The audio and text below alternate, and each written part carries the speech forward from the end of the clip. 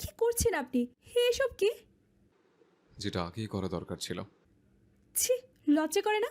একটা অবিবাহিত মেয়ের সাথে এসব? একদমই না। তুই আমাকে ভালো চোখে দেখ বা খারাপ চোখে, আমি কিন্তু দুই দিক দিয়েই সেরা।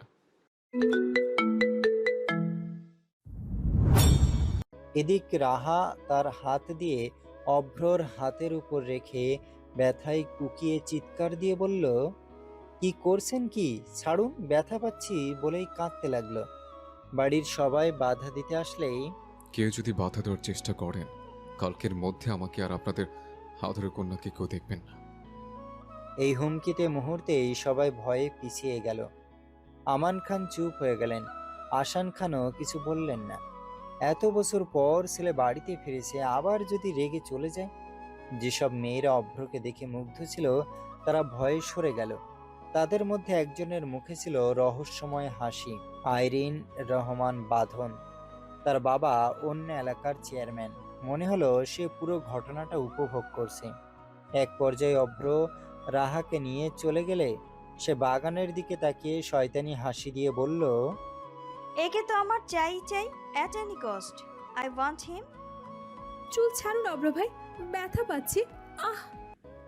অভ্র কোনো দয়া মায়া না দেখিয়ে চুল ধরেই টানতে টানতে নিয়ে যাচ্ছে। রাহা নিজেকে ঠিকমতো সামলাতে পারছে না। বারবার গাউনের সাথে পা জড়িয়ে পড়ে যেতে যেতে সামনে এগোচ্ছে।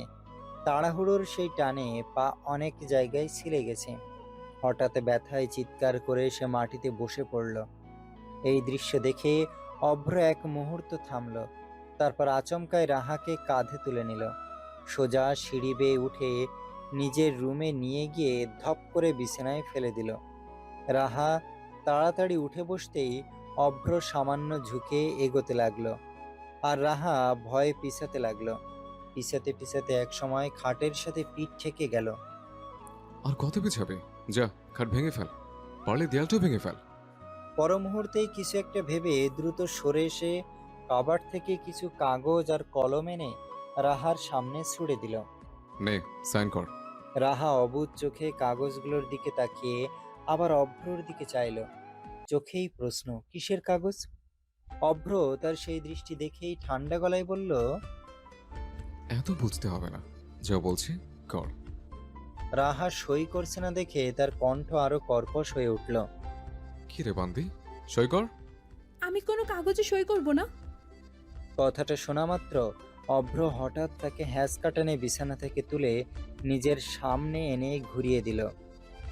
আলতো হাতে চুলগুলো এক সাইডে সরিয়ে ঘাড়ের কাছে মুখ ঝুঁকিয়ে আনতেই রাহার পুরো শরীর কেঁপে উঠল। অপ্রত্যাশিত সেই স্পর্শে তার নিঃশ্বাস ভারী হয়ে গেল। রাহা দুহাতে নিজের জামা মুঠো করে ধরে চোখ বন্ধ করে বড় বড় শ্বাস নিতে লাগলো। তখনও অভ্রর ঠোঁট তার ঘাড়ে লাগেনি। রাহার ঘাড় আর ঠোঁট সুই সুই দূরত্ব। অভ্র নিজেই তার ঠোঁট লাগায়নি, শুধু উষ্ণ নিঃশ্বাস আছড়ে পড়ছে। কয়েক মুহূর্ত পরই হঠাৎ চোখ খুলে অভ্রের দিকে ঘুরেই পুরো শক্তি দিয়ে তাকে ধাক্কা দিল।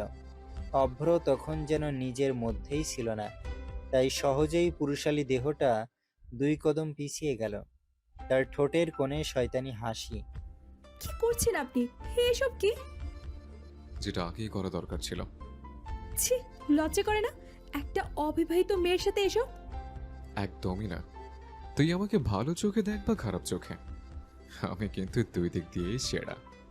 তারপর আরো নিচু হুমকির সুরে বলল, সাইন না করলে কিন্তু এখানে থামবো না। অভ্রর কথার ইঙ্গিত বুঝতেই রাহার ভেতরটা কেঁপে উঠল। ভয় আর অসহায়তায় হাত কাঁপতে কাঁপতে শেষমেশ সই করে দিল। কাগজটা পড়ার সুযোগও পেল না। তার একটুকু সই হয়তো তাদের পুরো জীবনটাই বদলে দিতে চলেছে। সব শেষ হতেই অভ্র ঝট করে কাগজটা নিয়ে কাবার্ডে রেখে এলো। এরপর ফিরে এসে কঠোর কণ্ঠে বলল, হাই বান্দি, তোর খুব নাচের শখ তাই না? আজ তোকে জীবনের নাচ নাচাবো। এই না না, জীবনে কেন হবে, অভ্রের নাচ নাচাবো। বলেই ঘরে রাখা কয়েকটা ড্রিঙ্কসের বোতল একে একে মেঝেতে ছুঁড়ে ফেলল। মুহূর্তেই কাচের বোতলগুলো ভেঙে চুরমার হয়ে ছড়িয়ে পড়ল চারদিকে। এই দৃশ্য দেখে রাহার মাথা যেন কাজ করা বন্ধ করে দিল। ভয়ে ফুপিয়ে কাঁদতে লাগলো। অভ্র দ্রুত এগিয়ে এসে তার হাত ধরে টেনে বলতে লাগলো, যা, নাচ। ভুল হয়ে গেছে ভাইয়া, আর করব না, আর কোনোদিন নাচবো না। তোর ভুলের কুষ্টি কিলাই। কয়বার ভুল করে মানুষ? চেনা নেই জানা নেই এসে আই লাভ ইউ বলে দিস, আবার ছেলেদের সামনে নাচা, তাই না? যা, নাচ, আমি দেখব। কুইক। প্লিজ ভাইয়া। আমাকে আর ভাইয়া বলবি না, তো কি বলবো? ছাইয়া। ঠিক আছে। বলে আবারও বলল, কি? কে না যে। আবারও ইশারায় দেখিয়ে দিল, যা নাচ। কাচের উপর কেউ কিভাবে নাচবে, এই প্রশ্নটা বুকের ভেতরেই রয়ে গেল রাহার। এতটা নিষ্ঠুর কেউ হতে পারে, ভাবতেই পারছে না সে। কিন্তু মুখে কিছু বলার আগেই আবার ধমক এলো, কি হলো? আমি 3 পর্যন্ত গুনবো, বেশি কথা আমার পছন্দ না। 1, 2। রাহা ধীরে ধীরে ভাঙা কাঁচগুলোর দিকে এগিয়ে গেল। ভয় আর কান্নায় তার পুরো শরীর কাঁপছে। পা তুলেও থেমে গেল এক মুহূর্ত। চোখে অসহায়তা, বুক ভরা আতঙ্ক। ঠিক যখন কাচের উপর পা রাখতে যাবে, হঠাৎই মাথা ঘুরে উঠল। চারপাশ যেন ঝাপসা হয়ে গেল। পড়ে যাওয়ার আগেই সন্তর্পণে দুটি শক্ত হাত তাকে ঘিরে ফেলল। মাটিতে লুটিয়ে পড়ার আগেই থেমে গেল তার ভেঙে পড়া শরীর। অপর কারো দৃঢ় বাহুতে আটকে তাড়াহুড়োর সেই মুহূর্তে খেয়ালই করল না, অভ্রর পা সোজা গিয়ে পড়ল মেঝেতে ছড়িয়ে থাকা ভাঙা কাচের ওপর। কস, ধারালো কাচ মাংসে ঢুকে গেল, কিন্তু সে থামল না। ব্যথার কোনো প্রতিক্রিয়া দেখালো না, বরং আরো দ্রুত রাহাকে জড়িয়ে ধরল, যেন পড়ে গিয়ে আর আঘাত না পায়। তার পায়ের নিচে লালচে দাগ ছড়িয়ে পড়তে লাগলো। কাচের ফাঁক গলে রক্ত উঠে এসে মেঝেতে ছাপ ফেলছে। এক ঝটকায় বুকের সাথে টেনে নিল অভ্র। শক্ত করে জড়িয়ে ধরে কাপা গলায় বলতে লাগলো, জান রে, তোকে কিভাবে বোঝাই আমি? তোর দিকে কারো নজর আমার সহ্য হয় না। এই 9টা বছর কোনো ছেলেকে তোর পাশে ঘেঁষার সুযোগ দেয়নি। আজকে তাদের এই নজর আমার সহ্য হচ্ছে না। যদি বুঝতে আমার মনের অবস্থা, তাহলে হয়তো নিজেকে লুকিয়ে ফেলতে। আজকে তোকে আইনিভাবে আমার করে নিলাম, শুধু কবুল বলে বাকি সেটা খুব দ্রুত করে নেব। তোকে নিয়ে দূরে চলে যাব, যেখানে শুধু তুই আর আমি, আমাদের এই ছোট্ট একটা পৃথিবী হবে। অভ্র এক ঝটকায় বাস্তবে ফিরে এলো। নিভু নিভু চোখে তাকালো তার বুকে ঢলে পড়ে থাকা প্রাণটার দিকে। তার বুকের ভেতরটা ধক করে উঠল। কপালে একটা পবিত্র স্পর্শ এঁকে দিল। দ্রুত তাকে আগলে নিয়ে বিছানায় শুইয়ে দিল। কাপা আঙুলে রাহার গাল ছুঁয়ে দেখল নরম, নিস্তব্ধ, চোখ দুটো বন্ধ, শ্বাস আছে। কাপা হাতে তার মুখে চাপড় দিল হালকা করে। হ্যাঁ, চোখ খোল প্লিজ। সরি জান, আমার ফেরি টেল। তার গলায় প্রথমবারের মতো অসহায়তা স্পষ্ট।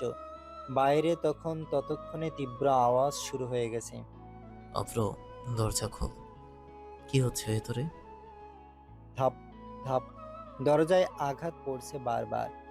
অভ্র রুমটা সাউন্ড প্রুফ, ভেতরের কোনো আওয়াজ বাইরে যায় না। তাই কাঁচ ভাঙার শব্দ, রাহার চিৎকার কিছুই কেউ শোনেনি। কিন্তু বাইরে যা হচ্ছে তার সবটাই পরিষ্কার ভেসে আসছে ভেতরে। ভেতরে দাঁড়িয়ে অভ্র এক মুহূর্তের জন্য স্থির হয়ে গেল। চোখ চলে গেল মেঝের দিকে। ভাঙা কাঁচ, রক্তের দাগ, রাহার নিস্তেজ মুখে। তার বুকের ভেতরটা কেঁপে উঠল। দ্রুত পাশের টেবিল থেকে পানি নিয়ে সে রাহার মুখে হালকা ছিটিয়ে দিল। তার কপালে হাত রাখলো। গরম নিঃশ্বাস, কিন্তু কোনো সাড়া নেই। বলেই অভ্র গেল দরজা খুলতে। দরজা খোলার সাথে সাথেই বাড়ির সবাই প্রায় ধাক্কা মেরে ভেতরে ঢুকে পড়ল। একজন দুইজন নয়, প্রায় সবাই একসাথে থমকে দাঁড়ালো। ঘরের দৃশ্যটা যেন কাউকে কথা বলতে দিল না। মেঝে জুড়ে ভাঙা কাঁচ, লালচে রক্তের দাগ, আর বিছানায় অচেতন হয়ে পড়ে আছে রাহা। সবাই মনে করেছে রাহার পা কেটে গিয়েছে। রাহাকে ঘিরে সবাই চিন্তিত হয়ে পড়েছে। কেউ তার কপালে পানি দিচ্ছে, কেউ হাত ধরে ডাকছে। রাহা মা, চোখ খোল, কিছু বল। ইভান যখন রাহার দিকে এগিয়ে যায় পালস রেট চেক করার জন্য হাত ধরতেই নিবে, তখনই hey you, stop, don't touch her. Ivan ঘাড় ঘুরিয়ে তাকালো অভ্রের পানে। অভ্রর চোখ দেখে মনে হচ্ছিল হিংস্রতার প্রলেপ লাগানো। ও ডাক্তারি পড়ছে, ওকে দেখতে দেও বাবা। কি অবস্থা হয়েছে আমার মেয়েটার? অভ্র মাথা নেড়ে প্রত্যুত্তর করে নো। শিফা বলে ডাক দিতেই শিফার দেরি না করে দ্রুত ফোন বের করে তাদের পারিবারিক ডাক্তারকে কল দিল। আঙ্কেল প্লিজ তাড়াতাড়ি আসেন, রাহার অবস্থা ভালো না। সময় যেন থেমে গিয়েছিল। প্রায় 10 মিনিটের মধ্যেই ডাক্তার এসে পৌঁছালেন। সবাই একটু সরে দাঁড়ালো। তিনি ধীরে ধীরে রাহাকে চেক করতে লাগলেন। পালস, চোখের রেসপন্স, শ্বাস। কিছুক্ষণ পর উঠে দাঁড়িয়ে শান্ত গলায় বললেন, ভয়ের কিছু নেই, অতিরিক্ত ভয়ের কারণে জ্ঞান হারিয়েছে। ঘরে একটুখানি স্বস্তির নিঃশ্বাস পড়ল। সামান্য কিছু ওষুধ দিচ্ছি, ইনশাল্লাহ ঠিক হয়ে যাবে। ঘুমের ইঞ্জেকশন দিয়েছি, সময় ওভার হলেই জ্ঞান ফিরে আসবে। শিফা মাথা নাড়ালো, ওষুধগুলো নিয়ে নিল। কেউ রাহার পাশে বসে রইল, কেউ ধীরে ধীরে স্বাভাবিক হওয়ার চেষ্টা করলো। হঠাৎ করে অভ্র বলে উঠল, আউট। আমার রুম ফাঁকা চাই, এখনই। কণ্ঠের কঠোরতায় সবাই থমকে গেল। বিস্মিত চোখে একে অপরের দিকে তাকালো। সাথী বেগম কিছুতেই যেতে চাইছিলেন না মেয়েকে এভাবে রেখে, কিন্তু আফসানা বেগম চোখের ইশারায় বুঝিয়ে ধীরে ধীরে তাকে নিয়ে বের হয়ে গেলেন। একে একে সবাই চলে গেল। দরজার কাছে দাঁড়িয়ে রইলেন শুধু আমান খান। বের হওয়ার আগে থেমে গম্ভীর গলায় বললেন, আমি এক মুহূর্তের জন্য ভেবেছিলাম তুই হয়তো যোগ্য হয়ে ফিরে এসেছিস, কিন্তু এখন দেখছি আমি ভুল ছিলাম। অভ্র হালকা হেসে উঠল, শূন্য তিক্ত এক হাসি। ও আচ্ছা, এত তাড়াতাড়ি ভুল ভেঙে গেল আপনার? কংগ্রেচুলেশনস চেয়ারম্যান সাহেব। তার কণ্ঠে কটাক্ষ স্পষ্ট। আমি তো ভেবেছিলাম আপনি আমাকে এখনো যোগ্যই মনে করেননি। আসলে বলেন তো, আমি যোগ্যটা ছিলাম কবে? আমান খানের চোয়াল শক্ত হয়ে উঠল। যোগ্যতা কথায় প্রমাণ হয় না, কাজে হয়। আর আজ যা করেছিস তারপরে তোকে কোনোভাবেই যোগ্য বলা যায় না। অভ্র সরাসরি তার চোখে চোখ রাখল। আপনি যেটাকে অযোগ্যতা ভাবছেন, আমি সেটাকে নিয়ন্ত্রণ বলি। এক পা এগোতেই তার পায়ের রক্তের দাগ আবার মেঝেতে পড়ল। সবকিছু দেখে বিচার করবেন না, কিছু না বুঝলে চুপ থাকাই ভালো। তুই কি সত্যি নিজেকে ঠিক মনে করিস? আমি কখনই বলিনি আমি ঠিক, অন্তত আপনার চোখে তো নাই। একটা মেয়ের এই অবস্থা তুই কি করে করলি? এক্সকিউজ মি, একটা মেয়ে মানে? আপনি কিন্তু ভালো করেই জানেন সব। রাহা আমার কি হয়, আর আমি কিছু করিনি বললে আপনি বিশ্বাস করবেন? বিশ্বাস করার মতো কিছু আছে আর?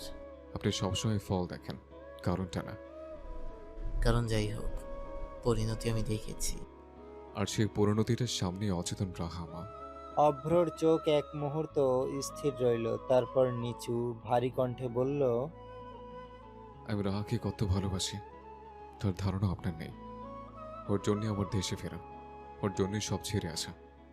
শুধু আমারই হক, কেউ এসে ওকে কেড়ে নিতে পারবে না। যাকে আমি নিজের বলে মেনে নিয়েছি তাকে হারানোর প্রশ্নই ওঠে না। আমি একবার যা ঠিক করে সেটা শেষ না করা পর্যন্ত থামি না। আপনি সেটা জানেন, আমার জিনিস আমি যে কোনো মুহূর্তে নিয়ে চলে যেতে পারি। আমাকে যতই অযোগ্য বলেন না কেন, আমি আজও আপনার সামনে দাঁড়িয়ে আছি, পালাইনি। যারা শ্বশুর। শেষ শব্দটা বলেই চোখ টিপে দিল। আমান খান বিস্ময়ে বড় বড় চোখে তাকিয়ে রইলেন। এইভাবে তাকিয়ে লাভ নেই, আইনি কাজ ছেড়ে ফেলেছে। বচ্চার ছেলে। আমি তো আপনারই জাত। চুপ হতচ্ছাড়া। রাহামার 18 বছর শেষ হোক, আমি নিজের হাতে তোর কাছে তুলে দিব। আপনি তুলে দেওয়ার কে? আমার জিনিস আমি নিজেই নিতে পারি।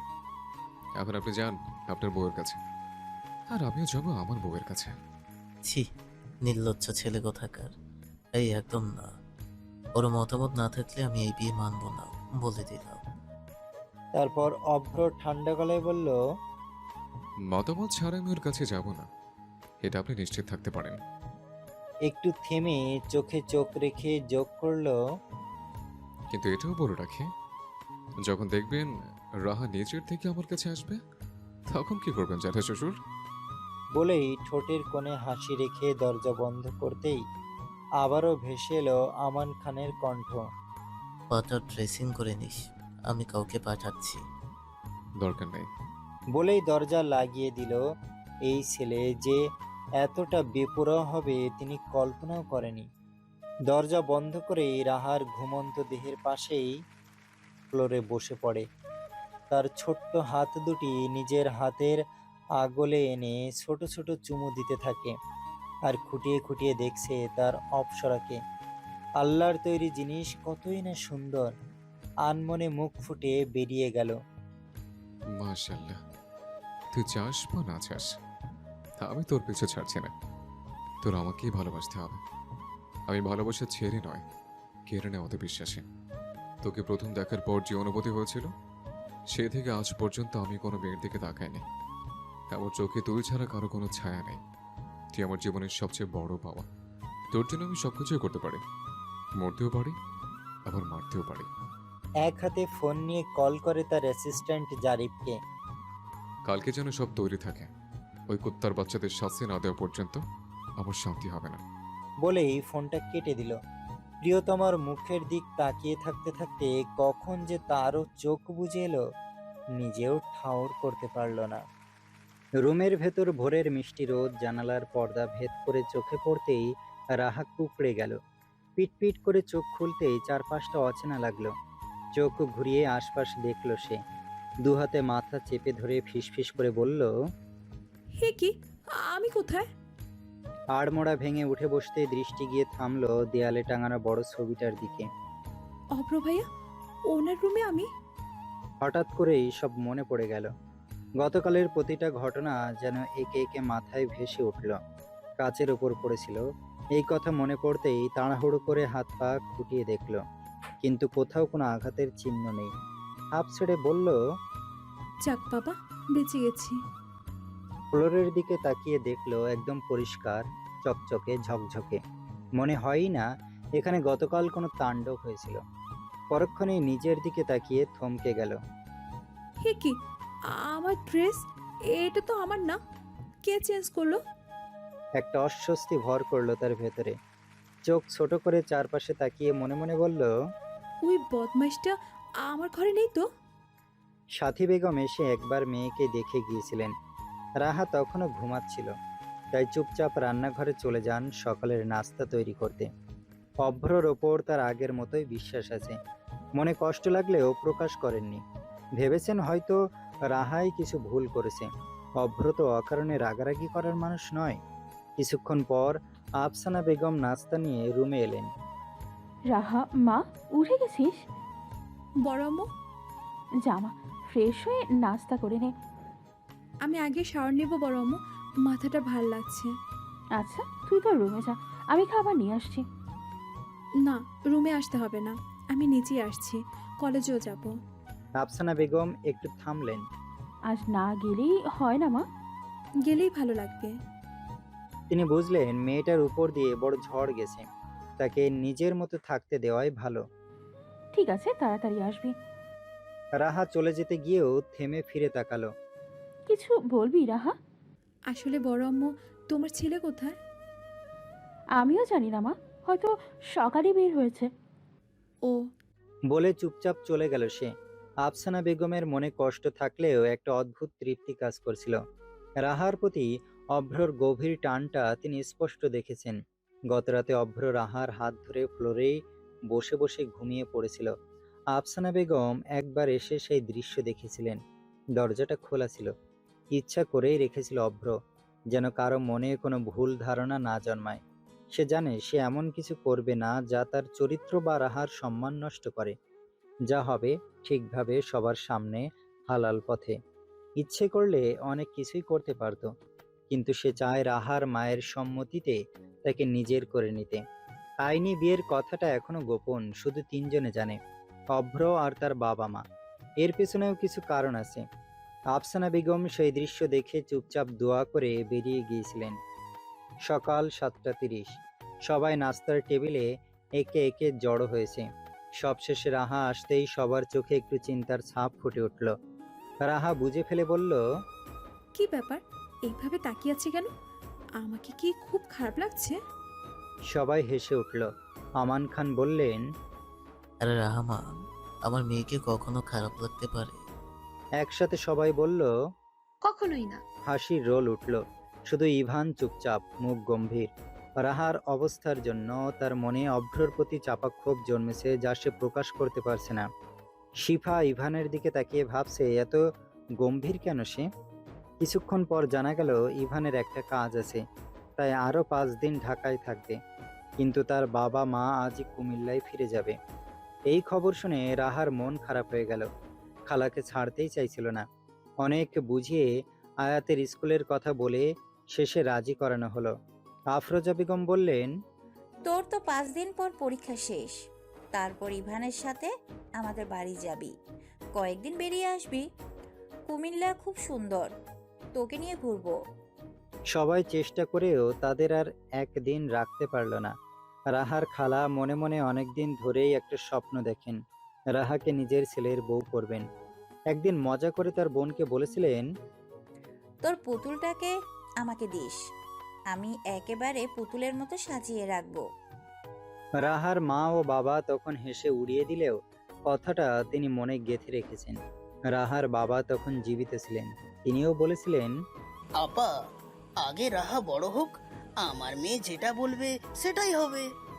যাওয়ার সময় খালা বলে গেলেন, অব্র যেন রাহার কাছাকাছি না আসে, এমন ডেঞ্জারাস ছেলের আশেপাশে আমার রাহা থাকবে না। আপা, তুমি ভুল বুঝছো। অভ্র তেমন নয়, খুব ভালো ছেলে। চুপ কর, কেমন ভালো ছেলে আমি দেখেছি কাল। দেশে এসেই মারামারি, আর রাহার সাথে যা করেছে সব দেখিনি নাকি? হয়তো রাহাই কিছু ভুল করেছে। আচ্ছা আচ্ছা থাক, তুই নিজের খেয়াল রাখিস, আর ওদের আবার পাঠাস, আমি অপেক্ষা করব। বিদায় নিয়ে তারা চলে গেল। রাহা গেট পর্যন্ত এগিয়ে দিয়ে ফিরছিল, তখনই দেখে তার 2 বান্ধবী সাফা আর অবন্তিকা এসে পড়েছে। দৌড়ে এসে জড়িয়ে ধরে তারা বলল, ঠিক আছিস তো রাহু? তারা আদর করে রাহাকে রাহু বাইক ডাকে। ঠিক আছে, আমার আবার কি হবে? এই উত্তর শুনে দুজনই থমকে গেল। এই কি সেই রাহা যে ছোট কিছুতেই 2 দিন মন খারাপ করে থাকে? ওদের চুপ করে তাকিয়ে থাকতে দেখে রাহা বলল, এভাবে দাঁড়িয়ে থাকবি না, ভেতরে আসবি? বলে নিজেই হাঁটতে শুরু করলো। ওর পিছু পিছু 2 জনও ঢুকলো। তোরা বস, আমি রেডি হয়ে আসছি। 10 মিনিটের মধ্যেই তৈরি হয়ে কলেজের উদ্দেশ্যে বেরিয়ে গেল সে। টানা 3 ঘন্টা ক্লাসের পর ব্রেক। প্রচণ্ড গরম। ক্যান্টিনে বসে তারা খাবারের অপেক্ষা করছে। সাফা আর অবন্তিকাকে চুপচাপ দেখে রাহা বলল, কি রে, কি হয়েছে? চুপ কেন? রাহু, তুই তো কিচ্ছু বলছিস না। কালকের কাহিনী নিয়ে কিছু বলবি না?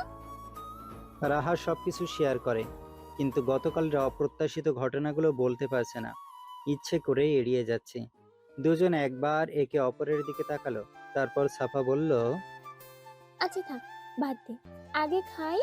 কিন্তু ওই খাটাসটা যে তোর ভাই, কাল রাতে পার্টিতে তো জেনেছি আমরা। তুই কেন জানাসনি? পার্টিতে না গেলে কিছুই জানতাম না। রাহা এক মুহূর্ত থমকে গেল। তারপর চোখ ঘুরে একটু বিরক্ত গলায় বলল, আমি নিজেই তো পরশু রাতে জেনেছি, বলার সুযোগই তো পাইনি। আর কালকে তো তোরা দেরি করে আসলি। আচ্ছা আচ্ছা, সব ভুলে যা, আমাদের আর কোনোদিন নাচার দরকার নেই ভাই। রাহাও সাথে সাথে সায় দিল। ঠিক, আর নাচবো না বাবা, এমন বাস জীবনে খাইনি। খাবার এসে যেতেই আর দেরি না করে খেতে শুরু করলো তারা। গরমে যেন শরীর মাথা সব একাকার। ঘাম, ভিড় আর কোলাহল মিলে একেবারে হাঁসফাঁস অবস্থা। এত মানুষের ভিড়ে দ্রুত খাওয়া শেষ করে 3 জনই বাইরে বেরিয়ে এলো। কলেজের ভেতরে একপাশে বিশাল একটা বকুল ফুলের গাছ, নিচে ছড়িয়ে আছে অসংখ্য ঝরা ফুল। চারপাশটা দেখলে মনটা অদ্ভুতভাবে শান্ত হয়ে যায়। ক্যান্টিন পেরিয়ে সেদিকে হাঁটতে হাঁটতে সাফা বিরক্ত গলায় বলল, এই গরমে কিছুই ভালো লাগে না। রাতে আবার কারেন্টও থাকে না। ধুর, বালের জিন্দেগি। অবন্তিকা আর রাহা শুধু মেয়েকে একটা হাসি দিল। সত্যি জীবনটা যেন পুরো ঝান্ড হয়ে গেছে। গাছটার নিচে গিয়ে পাশাপাশি বসে পড়ল তিন বান্ধবী। হঠাৎ সাফা বলল, আমি একটা গান গাইবো। এই গরমে তোর গান গাইতে ইচ্ছে করছে? আচ্ছা গাই, শোন। তারপর নাটকীয় ভঙ্গিতে গাইতে শুরু করলো।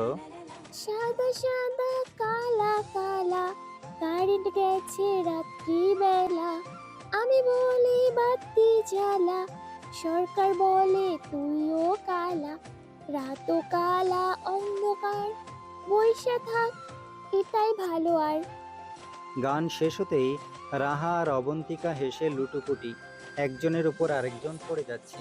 তাদের হাসির ঝংকার চারপাশে ছড়িয়ে পড়ল, আর চারপাশের কিছু মানুষ ঘুরে তাকালো, কেউ অবাক হয়ে, কেউ মুচকি হাসছে। অথচ রাহা কি বুঝতে পারছে তার এই হাসির ঝংকার কারো মনে কি অদ্ভুত ঢেউ তুলে দিচ্ছে? চারপাশের কোলাহলের মাঝেও একজন নিঃশব্দে তাকিয়েছে তার দিকে। রাহার অজান্তেই তার হাসি যেন কারো বুকের ভেতর নরম এক আলো জ্বেলে দিয়েছে, শান্ত অথচ গভীর। কিন্তু রাহা, সে তো কিছুই টের পাচ্ছে না, নিজের জগতে নিজের মানুষদের মাঝেই হারিয়ে আছে। জারিফ, জি বস। সবগুলোকে নিয়ে আয় আমার সামনে। এখনই যাচ্ছি। কিছুক্ষণ পর একে একে সবাইকে এনে বসানো হলো তার সামনে মেঝেতে। চোখ বাঁধা, হাত দুটো পেছনে শক্ত করে বেঁধে রাখা, চারপাশে নীরবতা, যেন বাতাসও থমকে আছে। জারিফ ধীর গলায় বলল, আপনার আদেশ মতো হয়েছে বস। শুধু ধরে রাখা হয়েছে, কেউ কিছু করেনি, কারণ যা করা আপনি নিজে করবেন। সামনের দিকে তাকিয়ে রইল সে, চোখে ঠান্ডা আগুনের ঝলক, ঠোঁট বাঁকা করে তীক্ষ্ণ হাসি ঝুলছে। তার ফেইরি টেইলের দিকে যারা একবার চোখ তুলেছিল তার মূল্য তো দিতেই হবে। সে আবার ধীরে কিন্তু কঠিন স্বরে বলল, সবে আছে তো? Good job. কে যদি বাদ যায় তার অবস্থা কিন্তু এদের মতোই হবে। কথাটা শুনে জারিফ শুকনো ঢোক গিলে নিল। গলাটা যেন হঠাৎই শুকিয়ে গেল, তবুও নিজেকে সামলে নিয়ে নিচু স্বরে বলল, সবাই আছে বস, একজনও বাদ যায়নি। বাধা লোকগুলো নিঃশব্দে বসে আছে, আর জারিফের চোখে মুখে স্পষ্ট আতঙ্ক। ভুলের কোনো জায়গা নেই এখানে। যা, আমার যন্ত্রপাতিগুলো নিয়ে আয়। Yes boss. কিছুক্ষণ পর জারিফ একটা বক্স এনে তার সামনে ধরে রাখলো। সে ধীরে বক্সটা খুলল, ভেতরে চোখ বুলিয়ে একটা লম্বা সুচালো ধাতব পিন তুলে নিল, প্রায় 1 হাত লম্বা, ঠান্ডা আর নিস্তেজ ঝিলিক দিচ্ছে।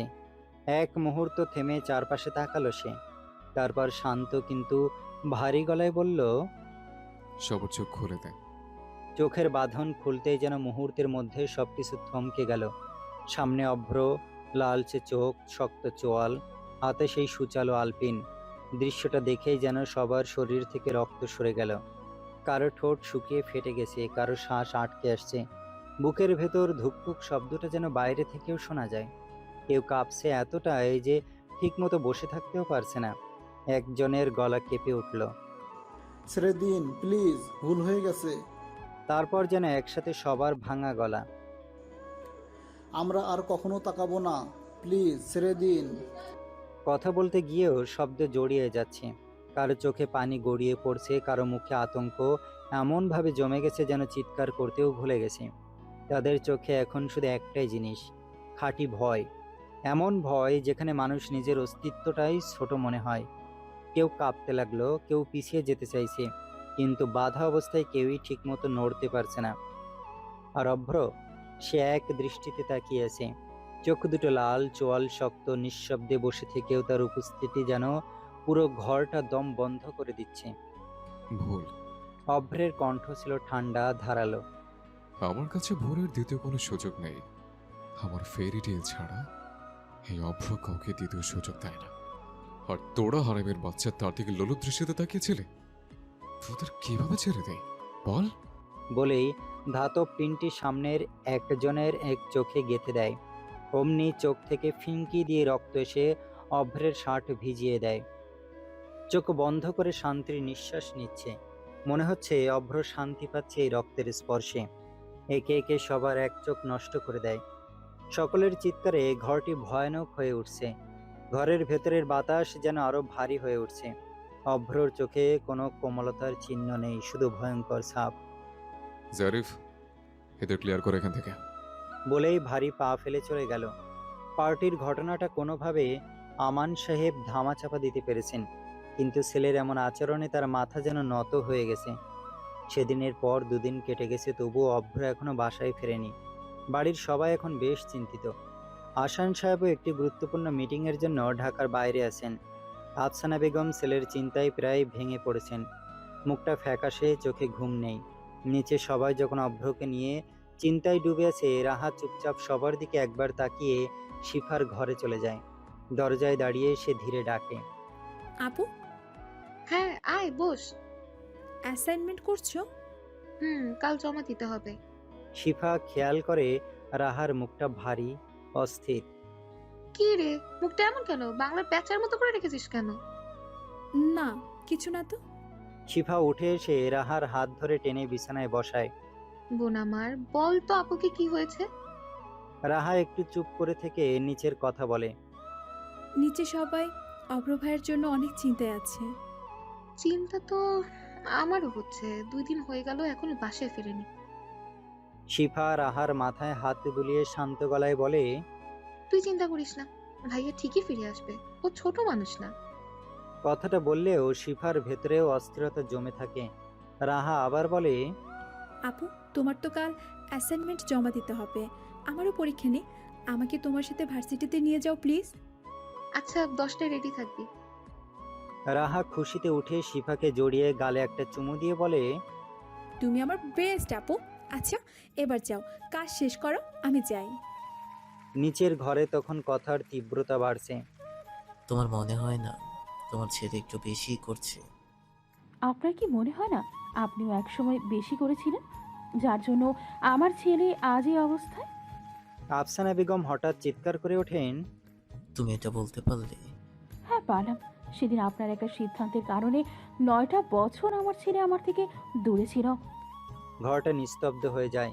আমান খান বলেন, শুধু কি তোমার ছেলে, আমার ছেলে না? এই কথায় তিনি থেমে যান, চোখে পানি জমে আসে। আমি জানি আমি কঠোর হয়েছিলাম, কিন্তু আমি তখন তার ভবিষ্যতের কথাই ভেবেছিলাম। বাধ্য হয়ে সিদ্ধান্ত নিয়েছিলাম। আজ তুমিও আমাকে দোষী ভাবছো? আমি আপনাকে দোষ দিচ্ছি না, আমি শুধু ভেঙে পড়েছি। নিজের ছেলেটাকে এমন অবস্থায় দেখলে কি ঠিক থাকে বলো? আমান খান পরিস্থিতিটা বুঝে কিছুক্ষণ নীরব থাকলেন। হয়তো ছেলের শোকে আফসানা বেগম নিজের অজান্তে এই কঠিন কথা বলে ফেলেছেন, না হলে এত বছরের সম্পর্কের ভেতরে এমন তিক্ততা জমে ওঠার কথা নয়।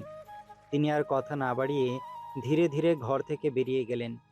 ঘরের ভেতরটা আবারও ভারী হয়ে গেল। আফসানা বেগম একা দাঁড়িয়ে রইলেন কিছুক্ষণ চুপচাপ। তারপর হঠাৎ করে চোখের পানি আর আটকাতে পারলেন না, কান্নায় ভেঙে পড়লেন। শিফা ও রাহা তৈরি হয়ে বসার রুমে আসতেই, মাশাআল্লাহ, আমার মেয়েগুলোকে একদম পরীর মতো লাগছে দেখতে। রাহা একটা আকাশি রঙের চুড়িদার পরেছে, সাথে সাদা চুড়ি, পাজামা ও সাদা ওড়না। আর শিফা পরেছে লাল চুড়িদার, সেটার সাথেও সাদা পাজামা ও ওড়না। আচ্ছা মা, যাচ্ছি। সাবধানে যাবি, আর রাহাকে দেখে রাখবি। আরে বড় আম্মু, আমি কি এখনো ছোট আছি নাকি? যে দেখে দেখে রাখতে হবে। এদিকে আফসানা বেগম হাসির সহিত বলেন, মায়েদের কাছে কি সন্তানেরা কখনো বড় হয় রে মা? যাওয়ার সময় দেখলো ইভানও বের হচ্ছে। সে ঢাকা মেডিকেল যাবে, প্রফেসরের সাথে দেখা করতে। কুমিল্লা থেকে তার প্রফেসর বলেছে তার সাথে দেখা করতে। উনি ইভানকে 5 দিনের একটা ট্রেনিং দেবেন। ইভান খুবই ব্রিলিয়ান্ট, মেডিকেল সেক্টরে সে টপ অফ দি স্টুডেন্ট। তাকে তার ভার্সিটির সবাই একটু আলাদা চোখেই ট্রিট করে। ইভানও তাদের দেখলো, তারাও বের হচ্ছে। আরে ভাইয়া। ইভান তাদের দিকে চোখ ফেলতেই তার চোখে মুগ্ধতা ছড়িয়ে পড়ল। এক ধ্যানে তাকিয়ে থাকতে দেখে রাহা বলল, এই ইভান ভাইয়া, কি হয়েছে? এভাবে তাকিয়ে আছো কেন? ইভান থতমত খেয়ে মুখ ঘুরিয়ে মাশাআল্লাহ বলে আবার তাকিয়ে বলল, কই কিছু না তো। হ্যাঁ বলো, কিছু বলবে? তুমি তো ভার্সিটি যাচ্ছ, আমরাও সেখানেই যাব, চলো একসাথে যাই। রান্নাঘর থেকে সাথী বেগম বললেন, হ্যাঁ ইভান, একসাথে যা, আর সাবধানে যাবি। তারা 3 জন একসাথে বেরিয়ে পড়ল। বাড়ির গাড়ি নিয়ে বেরিয়েছি। ইভান ড্রাইভারের পাশের সিটে, আর শিফা ও রাহা পিছনের সিটে। গাড়ি চলাকালীন সামনের মিররে ইভান বারবার তাকাচ্ছে। হঠাৎ শিফাও তাকালে চোখাচোখি হতেই দুজনই চোখ নামিয়ে মুখ ঘুরিয়ে ফেলল। ইভান মনে মনে বলল, ধ্যাত, এগুলো কি হচ্ছে আমার দ্বারা? আমি তো এমন টাইপের না। ভার্সিটিতে সে এ পর্যন্ত অনেক প্রপোজাল পেয়েছে, কিন্তু সবগুলোই রিজেক্ট করেছে। সে এসব জিনিসে জড়াতে চায় না। তার লক্ষ্য সে ডাক্তার হবে। ডিগ্রি শেষ হলেই মাস্টার্সের জন্য বাইরে চলে যাবে। এসব ভাবতে ভাবতেই গাড়ি এসে পৌঁছালো ঢাকা মেডিকেলের সামনে। তারা তিনজন নামতেই রাহার সামনে একটা ফুচকার স্টল দেখে চিৎকার করে উঠল। মনে হচ্ছে কত জনম খাই না। আস্তে বল পাগলি, খাওয়াবো তো, আগে কাজটা সেরে আসি। না, আগে খাবো তারপর যাব। অগত্যা শিফা হার মেনে নিল। অসহায় চোখে ইভানের দিকে তাকালো। ইভান আগে থেকেই ভুরু কুঁচকে দেখছিল তাদের। হঠাৎ বলল, এসব আনহাইজেনিক খাবার না খাওয়াই ভালো। হে, হাসছে আমার এখানেও ডাক্তারগিরি করতে। থাক না, অল্প খেলে কিচ্ছু হবে না, আপনার সময় না হলে যেতে পারেন। সমস্যা নেই, তোমরা এখানে দাঁড়াও, আমি নিয়ে আসছি। পরে পেট ব্যথা করলে বুঝবে ঠেলা। ইভান এসবে অভ্যস্ত নয়। সে কঠিন হাইজিন মেনটেন করে, কিন্তু ওদের ফিরাতে পারল না। ভিড় ঠেলে 2 প্লেট ফুচকা নিয়ে এসে ওদের সামনে দিতেই রাহা মুহূর্তেই ঝাঁপিয়ে পড়ে খেতে লাগলো। আর শিফা ধীরে ধীরে খাচ্ছে। তাদের খাওয়া দেখে ইভানের ঠোঁটের কোণে মুচকে হাসি ফুটে উঠল। খাওয়া শেষ হতেই রাহা প্লেট দিতে গেলে ইভান বলল, কোনো দরকার নেই এই ভিড় ঠেলে যাওয়ার, আমি প্লেট সহ কিনে এনেছি। রাহা ও শিফা একে অপরের দিকে বিস্ময়ে তাকালো। মনে মনে হয়তো একটাই কথা, এ আবার কেমন ছেলে, ভিড়ে যেতে হবে বলে প্লেট সই কিনে এনেছে। খাওয়া শেষে তারা মেডিকেলের ভেতরে চলে গেল। তারা দোতলায় যাবে আর ইভান 3 তলায়। সিঁড়ি বেয়ে ওঠার সময় রাহা ও শিফার সামনে, ইভান পিছনে। হঠাৎ করে শিফার ওড়না পায়ে বেঁধে যায়। যেই না আরেক সিঁড়িতে পা দেবে অমনি পিছনে হেলে পড়ে আর ফট করে ইভান ধরে ফেলে। রাহা চিৎকার করে উঠল। আপু, শিফা ভয়ে চোখ বন্ধ করে ফেলেছে। কয়েক মুহূর্ত পর বুঝতে পারলো সে পড়েনি, হেলে আছে। চোখ খুলেই এই অবস্থায় নিজেকে দেখে। ইভান 2 হাত দিয়ে সামনের দিকে ঠেলে দেয়। রাহা হাত ধরে টেনে নেয়। শিফা সোজা হয়ে দাঁড়ায়, ভয়ে হাঁপাতে থাকে। ইভান তার ব্যাগ থেকে পানির বোতল এগিয়ে দিলে সে না বোঝায়। এই আপু, ভয় পেও না, ভাইয়া ধরে ফেলেছিল।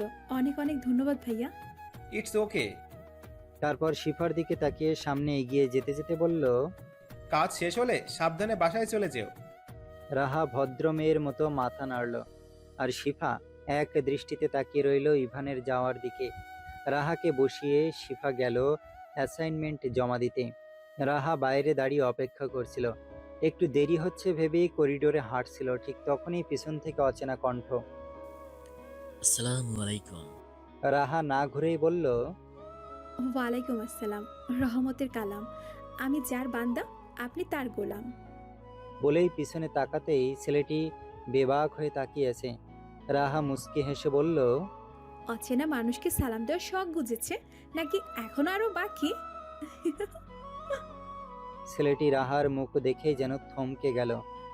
হাই মি মার যাও। আমি বললাম কি, আর এই কি শুরু করলো? এই সামনে থেকে সরেন তো, যত সব কোথা থেকে এসে পড়ে বুঝি না। ঠিক তখনই শিফা সামনে থেকে আসতেই কাছে এসে বলল, আরে মাহাদি ভাইয়া, আপনি? ইহ লো, এই মেহেদি পাতা আবার কে? Excuse me miss, I am not মেহেদি পাতা, ইটস মাহাদি, আইজান শিকদার মাহাদি। ওকে। রাহা মুখ ভেঙচি কাটল। ভাইয়া আপনি এখানে? বাবার সাথে দেখা করতে এসেছিলাম। এসে দেখি এক পরী দাঁড়িয়ে আছে। সালাম দিলাম, এমন উত্তর দিয়েছে মনে হলো রহমতের বৃষ্টি পড়ছে। শিফা কিছুই বুঝতে পারছে না। রাহা অন্যদিকে মুখ ফিরিয়ে আছে। আরে রাহা, উনি হচ্ছেন আমাদের এই মেডিকেলের সভাপতি ও প্রফেসরের একমাত্র ছেলে। তাতে আমার কি? বলেই সামনে চলে গেল। ও আমার মেজো আব্বুর মেয়ে, একটু উড়ন চণ্ডী। প্লিজ কিছু মনে করবেন না ভাইয়া, ওর হয়ে আমি সরি বলছি। উফ, কথার কি তেজ, আই লাইক ইট। দৌড় শিফা, কি যে বলো। কোনো সমস্যা নেই, আশা করি এখন থেকে প্রায় দেখা হবে। জি ভাইয়া, কিছু বললেন? কিছু না, যাও তাহলে। ঠিক আছে। তাদের যাওয়ার দিকে তাকিয়ে মাহাদি বলতে লাগলো, শুভ্রের চেয়ে শুভ্রতর তুমি। আসমান থেকে নেমে আসে পড়ি, মেয়ে তুমি ধন্য, শুধু আমারই জন্য। বলেই মুচকি হাসতে হাসতে চলে গেল। সকাল 8টা, সবাই খাবার টেবিলে বসেছে। হঠাৎ বাইরে থেকে ভেসে আসলো বাইকের তীব্র আওয়াজ। মনে হচ্ছে কেউ খুব জোরে ব্রেক কষেছে। হুড়মুড় করে বাড়িতে ঢুকলো অভ্র।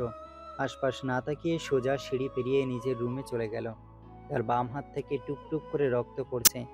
মেঝে জুড়ে সরু একটা রেখা তৈরি হয়েছে। যেদিকে দিয়ে হেঁটে গেছে সেদিকেই রক্তের ফোঁটা ছড়িয়ে আছে। বাড়ির কেউ ডাক দেওয়ার সুযোগটুকুও পেল না। ঠিক তখনই রেডি হয়ে নিচে নামার জন্য করিডোর দিয়ে হেঁটে আসছিল রাহা। হঠাৎ করেই সামনের মানুষটাকে দেখে থমকে যায়। 2 দিন পর অভ্রকে এই অবস্থায় দেখে তার বুক ধক করে উঠল। সোজা নজর গেল কাটা হাতটার দিকে। দেখেই নিজ মনে বিড়বিড় করতে লাগলো, এই লোকটা আবার সকাল সকাল মারপিট করে এসেছে হয়তো। এই নাকি আবার ইনভেস্টর, আমার বালের ইনভেস্টর। গুন্ডা বললেই তো ঠিক হতো, যখনই দেখি হাত চলতেই থাকে। ওই অবস্থায় রুমে কি করছে দেখার জন্য এগিয়ে গেল রাহা। কাপা কাপা পায়ে দরজার সামনে দাঁড়ালো।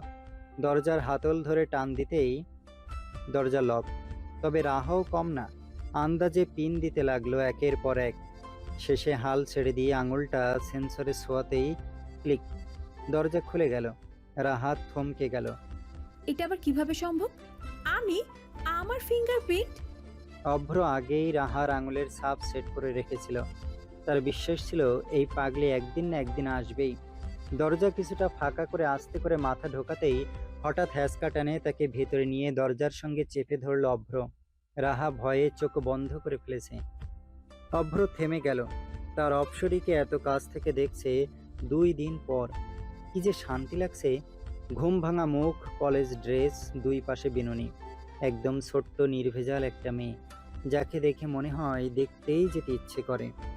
জগতের আর কিছুর দেখার প্রয়োজন নেই। অভ্রর উষ্ণ শ্বাস ছড়িয়ে পড়ছে রাহার মুখে। কিছুক্ষণ পর কোনো নড়াচড়া না পেয়ে রাহা চোখ খুলল।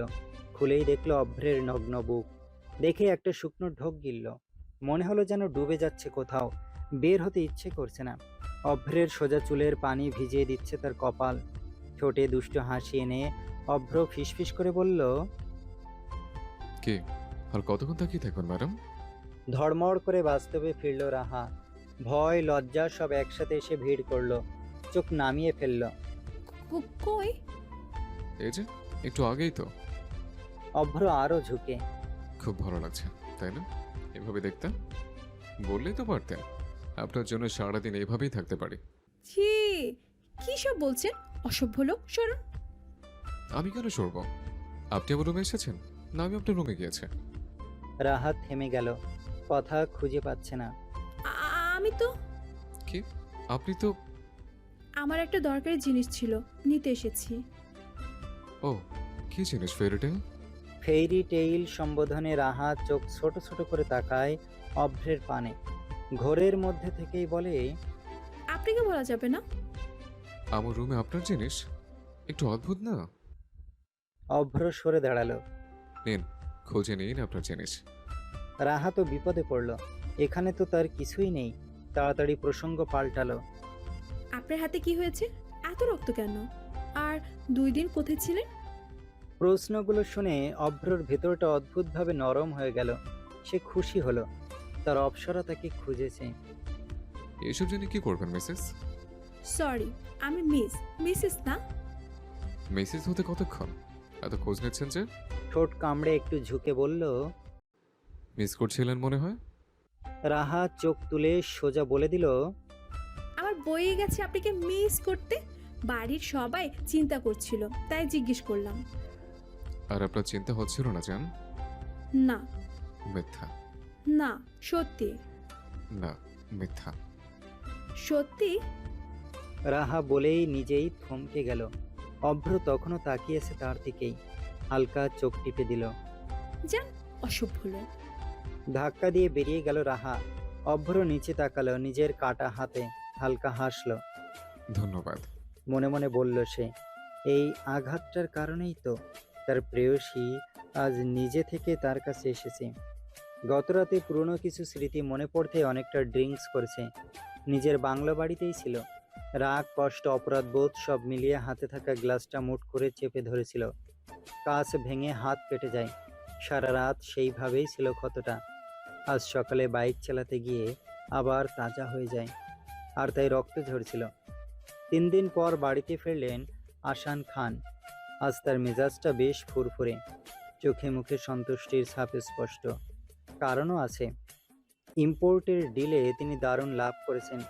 ফিরেই তিনি জানালেন আগামীকাল একটা ছোট্ট সাকসেস পার্টি রাখবেন তার সব বিজনেস পার্টনার, বড় বড় ইনভেস্টর আর হাতে গোনা কয়েকজন ঘনিষ্ঠ বন্ধু ও তাদের পরিবারকে নিয়ে। আর সেটাও হবে নিজের বাড়িতেই। আমান খানকে বিষয়টা জানালে তিনি একটুও দ্বিমত করলেন না, বরং ছোট ভাইয়ের সাফল্যে তার মুখেও গর্বের হাসি ফুটে উঠল। সেই অনুযায়ী বাড়িতে শুরু হয়ে গেল প্রস্তুতি। আয়োজনটা ছোট হলেও তাতে যেন কোনো কমতি না থাকে। সবার মধ্যে একটা আলাদা উত্তেজনা কাজ করছে। বাড়ির সবাই আসান খানের সাফল্যে সত্যি খুশি। আর অন্যদিকে রাহা, সিফা, আয়রা আর জায়রা বসে গেছে নিজেদের নিয়ে। পার্টিতে কে কি পরবে সেটা নিয়েই চলছে জমজমাট আলোচনা। শেষমেশ তারা ঠিক করলো যেহেতু বাইরে গেলে শাড়ি পরা হয় না বললেই চলে, তাই এবার সবাই শাড়িই পরবে।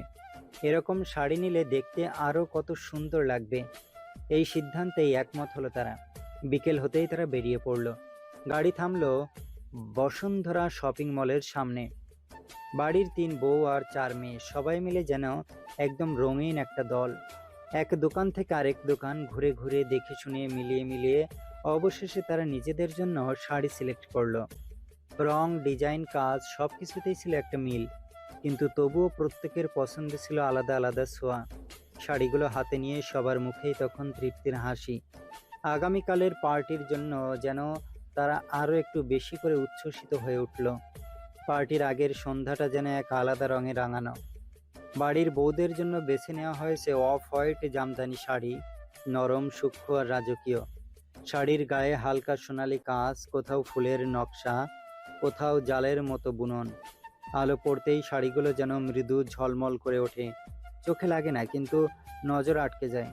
সাথে সিম্পল গোল্ড জুয়েলারি আর পরিপাটি খোপা। সব মিলিয়ে তাদের লুকটা একদম মার্জিত, শান্ত অথচ ভীষণ আভিজাত্যে ভরা। আর মেয়েদের জন্য রয়্যাল ব্লু, গভীর, আকর্ষণীয় আর একদম পার্টির মতো গ্ল্যামারাস। রাহার শাড়িটা অর্গানজা, হালকা ফ্লোয়িং, যেন বাতাসেই ভেসে যায়। পুরো শাড়িতে ছোট ছোট সিলভার কাজ ছড়ানো, আলো পড়লে তারাগুলোর মতো ঝিকমিক করে। শিফারটা সিল্ক, গাঢ় রয়্যাল ব্লু রঙের ওপর মোটা গোল্ডেন বর্ডার, একদম রিচ আর এলিগেন্ট। আর দুজনেরটাই এমনভাবে বেছে নেওয়া যাতে পাশাপাশি দাঁড়ালে একসাথে মিলিয়েও যায়, আবার আলাদাও লাগে।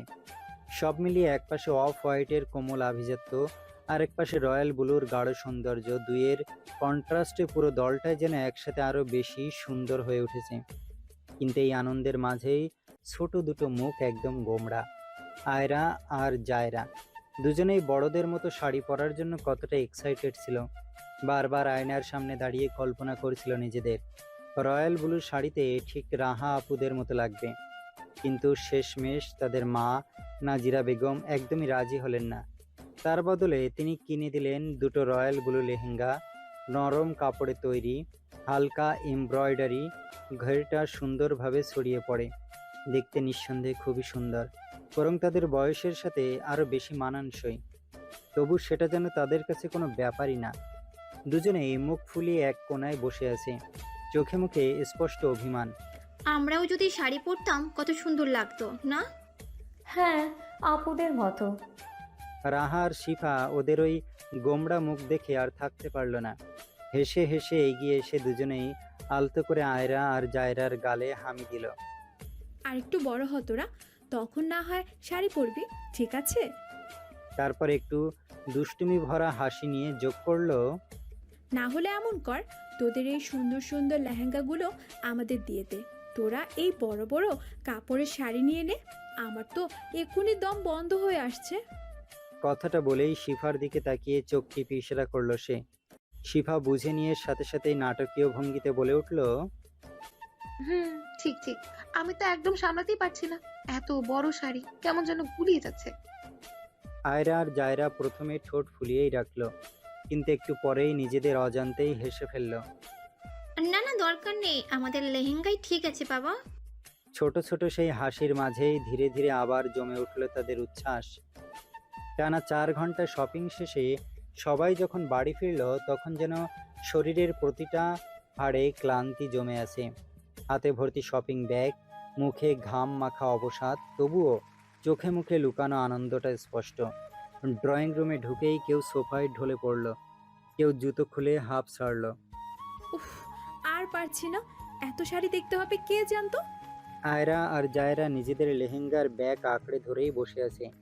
মুখে এখন আর আগের মতো অভিমান নেই, বরং একটু একটু করে উঠে দিচ্ছে খুশি। রাহা ব্যাগগুলো একপাশে রেখে মাথা ঝাঁকিয়ে চুল ঠিক করলো, আর শিফা ক্লান্ত গলায় বলল, কালকে কিন্তু সবাইকে একদম ফ্রেশ থাকতে হবে, আজকেই রেস্ট নাও, ছোট আব্বুর সাকসেস পার্টি বলে কথা। সবাই ধীরে ধীরে নিজেদের শাড়িগুলো গুছিয়ে রাখছে। অফ হোয়াইট জামদানিগুলো যেন এখনো আলো ছড়াচ্ছে, আর পাশে রাখা রয়্যাল ব্লু শাড়িগুলো গভীর নীল আভায় আরো মোহনীয় লাগছে। আমান খান পরবেন অফ হোয়াইট পাঞ্জাবির সাথে কোটি, আর আসান খান পরবেন অফ হোয়াইট স্যুট। আমান খান সাথী বেগমকে বললেন ইভান যেন পার্টিতে থাকে। সাথী বেগমও ভাসুরকে ভদ্রভাবে উত্তর দিলেন তিনি জানিয়ে দেবেন। শিফার হঠাৎ করে মনে পড়ল তার একটা প্রেজেন্টেশন আছে মানবদেহের টিস্যু নিয়ে, তাদের কাজ সম্পর্কে। সবগুলোই মোটামুটি বুঝেছে, কিন্তু একটা জায়গায় এসে বারবার আটকে যাচ্ছে। অনেকক্ষণ ধরে চেষ্টা করেও কিছুতেই পরিষ্কার হচ্ছে না। হঠাৎই তার মাথায় এলো ইভান ভাইয়ার কথা, সে তো নিশ্চয়ই বুঝিয়ে দিতে পারবে। কিন্তু এখন দ্বিধা, যাবে নাকি যাবে না। তবুও নিজেকে বোঝালো আজকের মধ্যে না বুঝলে কাল পার্টি, পরশুই প্রেজেন্টেশন, আর বুঝাই হবে না, আর দেরি করা ঠিক হবে না। যাই জিজ্ঞেস করে আসি। ধীর পায়ে ইভানের রুমের দিকে এগোতে লাগলো সে। প্রতিটা কদমে বুকের ভেতরটা কেমন ধুপধুপ করছে। দরজার সামনে গিয়ে একটু থেমে তারপর হালকা নক করলো। ইভান ভাইয়া আছেন? ভেতর থেকে ভেসে এলো শান্ত গলা, জি আসো। শিফা ভেতরে ঢুকেই দেখলো ইভান কারোর সঙ্গে কথা বলছে। ঠোঁটে হালকা হাসি, চোখে এক ধরনের কোমলতা। ইভান তাকে বসতে ইশারা করে বারান্দার দিকে চলে গেল। হাত তুলে বুঝিয়ে দিল 5 মিনিট। শিফা মাথা নেড়ে সম্মতি দিল। মনে মনে ভাবলো হয়তো তার প্রিয় মানুষটাই হবে, না হলে এমন করে রুমের বাইরে চলে যেত না। কোনো এক অজানা কারণে শিফার মনটা হঠাৎ করেই ভারী হয়ে উঠল। ঠিক কেন এমন লাগছে সে নিজেও বুঝতে পারল না। একটু আগেও সবকিছু স্বাভাবিক ছিল, কিন্তু এখন বুকের ভেতরটা কেমন ফাঁকা ফাঁকা লাগছে। চোখ দুটো অকারণেই নরম হয়ে এলো। নিজেকে বোঝানোর চেষ্টা করলো এত কিছু না, এমনিই লাগছে। ইভান রুমে ফিরে এসে সরাসরি শিফার দিকে তাকালো। কি হয়েছে শিফা, বলো। শিফা একটু দ্বিধা নিয়ে বলল, আসলে ভাইয়া, আমার প্রেজেন্টেশনের একটা পার্ট বুঝতে পারছি না, পরশু প্রেজেন্টেশন, একটু বুঝিয়ে দিলে ভালো হতো। অবশ্যই, কোন পার্ট? প্রাণী টিস্যুর শেষের পার্ট, তাদের কাজটা। ও, এটা তো সহজ, এখানে বসো। সে সামনে একটা বই খুলে শিফাকে বসতে ইশারা করলো। তারপর ধীরে ধীরে বোঝাতে শুরু করলো, প্রাণী টিস্যুর শেষের অংশে বলা হয়েছে স্নায়ু টিস্যু বা নার্ভ টিস্যুর কথা। এটা আমাদের দেহে উদ্দীপনা সাড়া দিয়ে উপযুক্ত প্রতিক্রিয়া তৈরি করে। এই টিস্যুর মূল একক হলো স্নায়ুকোষ বা নিউরন। আমাদের মস্তিষ্ক অসংখ্য নিউরন দিয়ে গঠিত। ইভান একের পর এক করে সহজভাবে ব্যাখ্যা করতে লাগলো। প্রায় 1 ঘন্টা ধরে সে পুরো টপিকটা বুঝিয়ে দিল। শিফা শুধু চুপচাপ শুনছিল। চোখে কোনো বিরক্তি নেই, বরং একটা গভীর মুগ্ধতা, যেন পড়াশোনার চেয়েও বেশি কিছু তাকে টেনে ধরেছে সেই মুহূর্তে। ইভান বইটা বন্ধ করলো, স্বাভাবিক ভঙ্গিতেই বলল, এবার বুঝতে পেরেছো তো?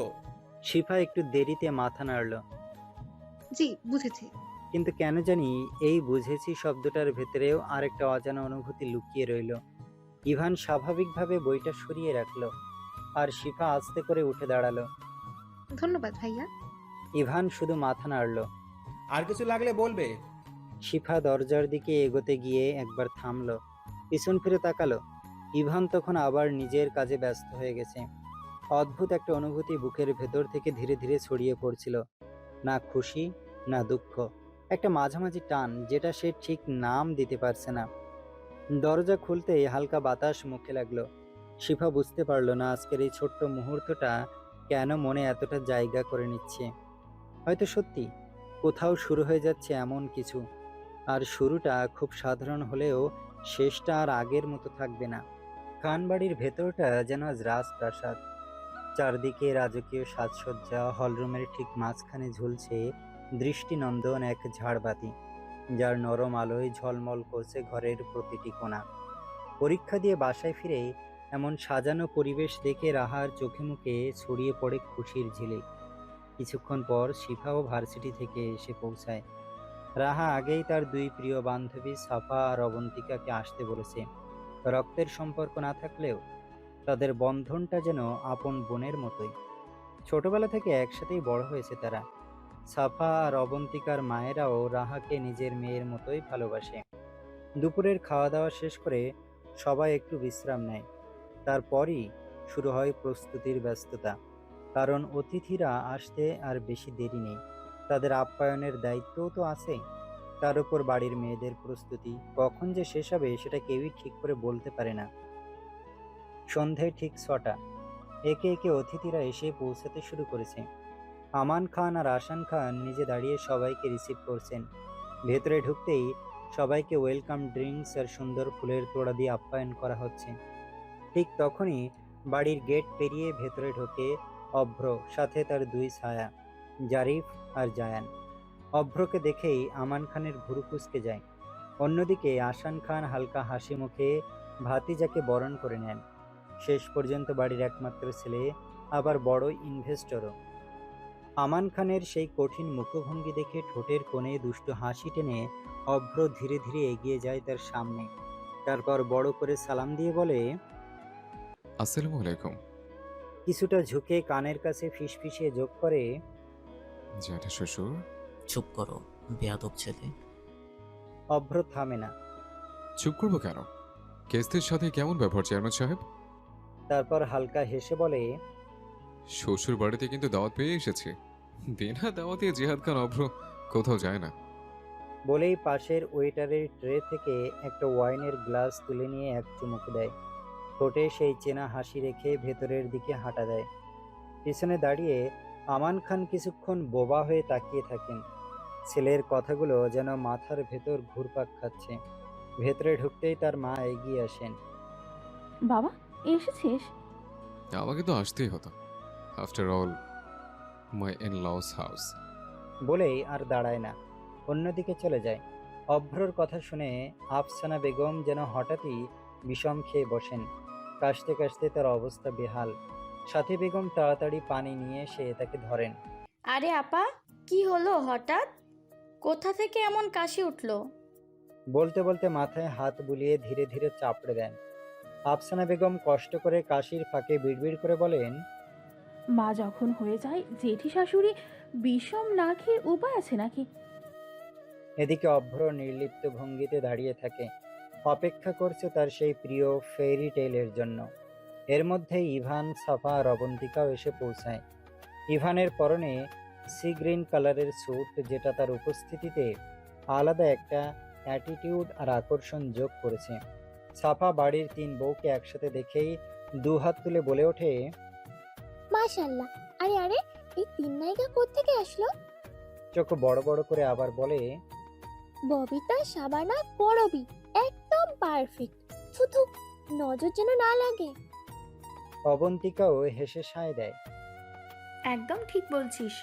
আফসানা বেগম হালকা লজ্জা মেশানো হাসি দিয়ে বলেন, চুপ কর, কি যে বলিস তোরা। অবন্তিকা দুষ্টু চোখে তাকিয়ে আবার বলে, তা বড় আব্বু আর ছোট আব্বু ঠিক আছে তো? তোমাদের দেখে আবার বেহুশ টেহুশ হয়ে যায়নি তো? বলেই খিলখিল করে হেসে ওঠে সে। হাসি ঠাট্টায় চারপাশ জমে উঠলেও এক কোণে দাঁড়িয়ে সাথী বেগমের মনটা হঠাৎ ভারী হয়ে আসে। আজ যদি তার স্বামী বেঁচে থাকতেন, এই আনন্দটা যেন আরো কত গুণ বেড়ে যেত। মানুষটা চলে যাওয়ার সাথে সাথেই যেন জীবনের সব রং মুছে গেছে। একটা নিঃশ্বাস ফেলে মনে হয় নিজেকেই বোঝায়, আল্লাহ যা করেন ভালোর জন্যই করেন। চোখ তুলে সামনে তাকাতে আফসানা বেগমের চোখে চোখ পড়ে। সাথী বেগম ঠোঁটে হালকা হাসি টানেন। বড় যা হয়তো তার মনের কষ্টটা বুঝে ফেলেছেন, কিন্তু কি বলবেন তিনি? কিভাবে সান্ত্বনা দেবেন, যেখানে এই অবস্থার পেছনে তার নিজের ছেলেই জড়িত? এই কঠিন সত্যটা কি চিরদিন লুকিয়ে রাখা সম্ভব? রাহা সবাইকে যে নামে ডাকে, সাফা আর অবন্তিকাও ঠিক সেই নামেই ডাকে। আর বাড়ির লোকজনও তাদের ঠিক রাহার মতোই নিজের মেয়ে ভেবে আদর করে। যা দুষ্টুরা, কাজই হয়েছিস অনেক, মার খাবি কিন্তু বলে দিলাম। হাসতে হাসতেই শাসন করলো কেউ একজন। সাফা আর অবন্তিকার হাসিতে পুরো পরিবেশটা হালকা হয়ে উঠেছিল। ঠিক তখনই একটু দূর থেকে জারিফ তাদের দিকে তাকিয়েছে, চোখে কেমন তীক্ষ্ণ একটা দৃষ্টি। হঠাৎ সামনে তাকাতেই অবন্তিকার চোখে পড়ে সেই দৃষ্টি। মুহূর্তেই তার হাসি থেমে যায়। জারিফ ভুরু কুঁচকে মনে মনে ভাবে, এটা আবার কেমন মেয়ে, এভাবে হেসে গড়িয়ে পড়ার কি আছে?